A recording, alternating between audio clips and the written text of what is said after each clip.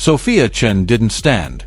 She stayed slouched in her chair, arms crossed, smirking like the rules didn't apply to her. Judge Caprio's voice cut through the murmur of the courtroom. "Miss Chen, stand when the charges are read." She rolled her eyes slowly, standing with the air of someone inconvenienced by civics.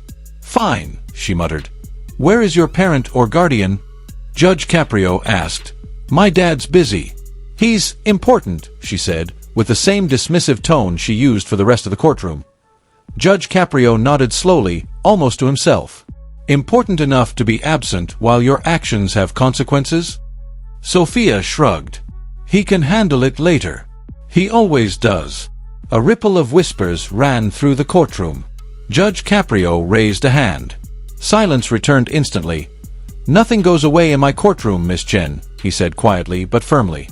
"Not because of phone calls. Not because of who your father is. Consequences follow actions, not influence." Sophia's smirk faltered for just a second.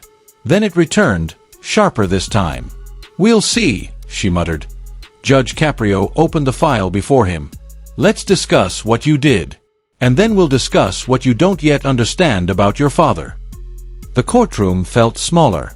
Every eye was on Sophia, every ear attuned to the quiet authority that radiated from the bench. The clerk, Miss Lopez, cleared her throat. City of Providence versus Sophia Chen. Charges: leaving the scene of an accident, reckless driving, destruction of property, and obstruction of justice. Sophia slouched again, uninterested. "Accidents happen," she muttered. Judge Caprio lifted a photograph from the file. It showed a bent street sign, scraped paint, and the dented fender of a parked car. "This is what happened when you fled the scene," he said. Sophia glanced at it briefly. "It's just a car. No one got hurt." "No one got hurt physically," Judge Caprio said evenly, "but damage was done. To property, yes, but also to trust and accountability. And Miss Chen, you told people about it. Laughing. Mocking. That's obstruction in another form, obstructing honesty, empathy, responsibility." Sophia opened her mouth, closed it. She had no words. Judge Caprio held up the phone in the evidence bag. "And this," he said, "will explain why I am speaking slowly and carefully. Your phone contains messages that not only admit your guilt but reveal knowledge of a secret about your father, a secret you have been unaware of until now." Sophia's eyes widened. What do you mean?" Judge Caprio didn't answer immediately. He let the weight of his calm stare fill the room. Then, quietly, he said, "Let's begin with the truth. Miss Chen, your father has been under pressure for months, trying to resolve a situation he didn't disclose to you. You believed he was invincible. You believed power meant immunity. You believed that you could act without consequence." Sophia swallowed. The confident facade began to crack. Judge Caprio continued, "But actions have consequences, Sophia. And understanding the full measure of those consequences requires honesty, from you and from those you look up to." At that moment, the side door of the courtroom opened quietly. A man entered, his expression worn, his posture careful. He wasn't a politician today. He was a father, and the secret he carried was about to reshape Sophia's understanding of him, and herself. Judge Caprio's voice was calm, steady. "Miss Chen, please observe carefully. What you see here is what true responsibility looks like." Sophia looked up, uncertain, as the man approached the front of the courtroom, cane in hand, and stopped to face her. Not with anger, not with disappointment, but with quiet authority that no smartphone, no privilege, no youthful arrogance could override. The courtroom held its breath. Judge Caprio leaned forward slightly, hands folded on the bench. "Miss Chen, I'm not asking about his schedule. I'm asking if you know what he's been doing outside of work, something he didn't tell you." Sophia frowned, her confidence flickering. I don't know. Why does it matter?" "It matters because the truth often changes the way we see ourselves, and the choices we make," Judge Caprio said calmly. "Do you want to understand why you're really here?" Sophia shifted uncomfortably. I guess. Good." Judge Caprio held up a folder. "Your father has spent the past 6 months volunteering every weekend at the Providence Youth Rehabilitation Center. Early mornings, no fanfare, no publicity. He's been working with kids who, like you, have made mistakes. He's been showing them how to take responsibility. And he didn't tell you. Because he wanted you to see the lesson for yourself, not just hear it from him. Sophia's mouth opened, then closed. I didn't know that, she said softly. No, Judge Caprio said gently. You didn't. And that's why I'm giving you a chance to understand what accountability really means, beyond excuses, beyond status, beyond family connections. He opened the file and pulled out a photograph. It showed a young man, about Sophia's age, helping another teen pick up books that had fallen in a hallway. This is what responsibility looks like in action, Judge Caprio said. Your father has been showing it. Now it's your turn to practice it. Sophia looked down at her shoes. For the first time, she felt the weight of the courtroom, not just the rules, not just the law, but the expectations of honesty and integrity. Judge Caprio continued, Miss Chen, here's what you'll do. You will complete 50 hours of community service at the Providence Youth Rehabilitation Center. You will assist staff, mentor younger participants, and learn how your actions affect others. You will write 2 handwritten letters of apology, one to the owner of the car you hit, and one to the center director for the disruption your behavior caused. You will also prepare a short presentation on accountability and responsibility, which you will deliver to a group of peers under supervision. Finally, you will appear back in this courtroom in 6 months to reflect on what you've learned. Failure to complete any of these steps will result in further consequences. Sophia blinked, her smirk gone. All of that? Yes, Judge Caprio said softly but firmly. Because understanding responsibility is not a spectator sport. You must live it. The courtroom was silent. Sophia swallowed hard. She realized in that moment that power and privilege couldn't shield her from the consequences of her choices, but humility, effort, and accountability could transform them. Judge Caprio looked at her one last time. Do you understand why this is necessary? Sophia nodded slowly. Yes, Your Honor. I understand.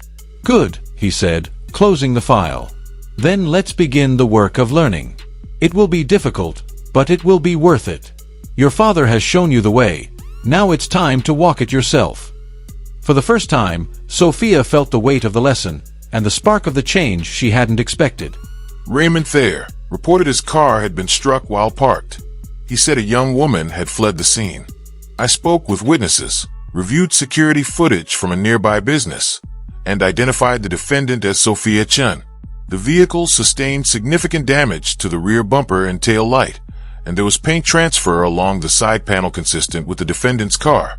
Sophia shifted uncomfortably in her seat, glancing at her father.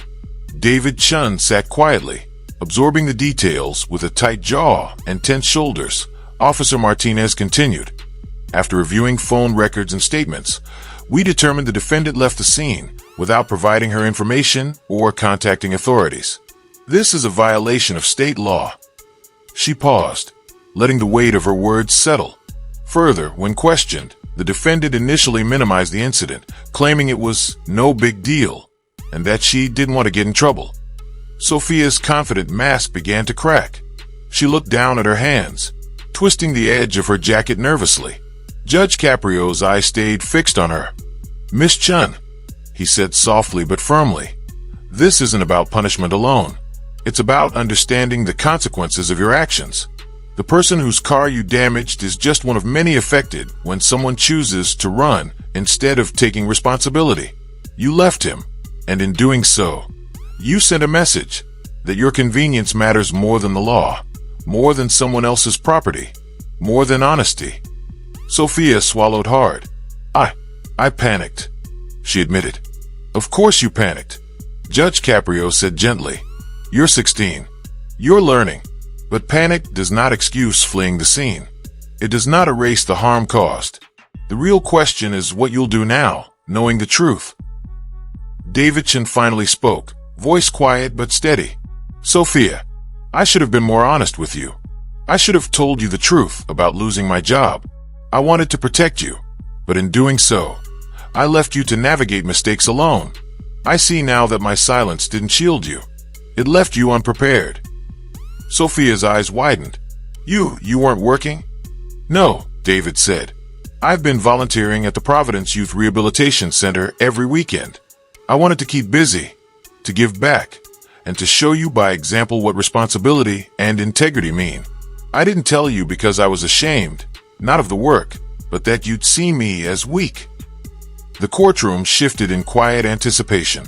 Sophia's bravado began to crumble. She looked at her father, then at Judge Caprio. I didn't know, she whispered. Now you do, Judge Caprio said, and knowing is the first step. The next step is action. He opened the file before him. Miss Chen, here is my ruling. You will complete 50 hours of community service at the Providence Youth Rehabilitation Center. You will assist staff, mentor younger participants, and learn how your choices impact others. You will write 2 handwritten letters of apology, one to Mr. Thayer, the car owner, and one to the center director for the disruption your actions caused.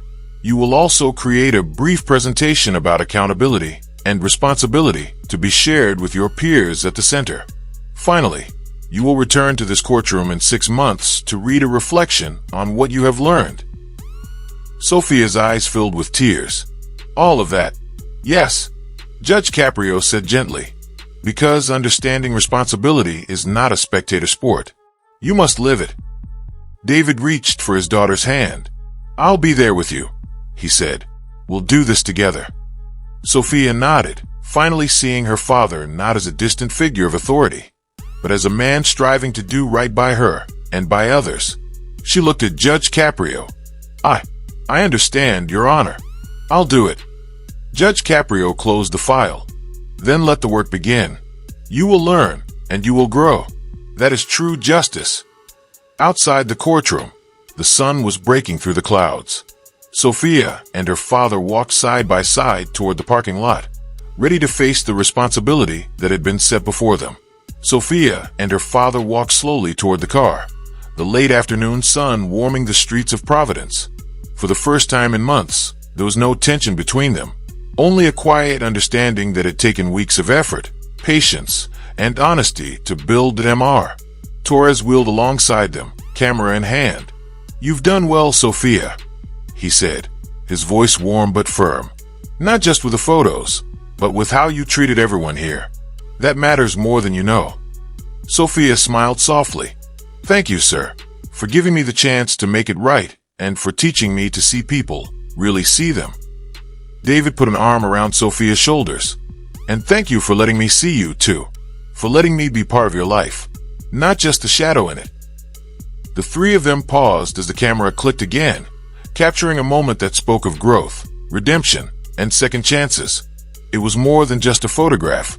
It was proof that choices, even mistakes, could be turned into something meaningful. Behind them, the courthouse stood quiet, its doors closed for the day. Inside, Judge Caprio leaned back in his chair, watching the light fall across the empty courtroom.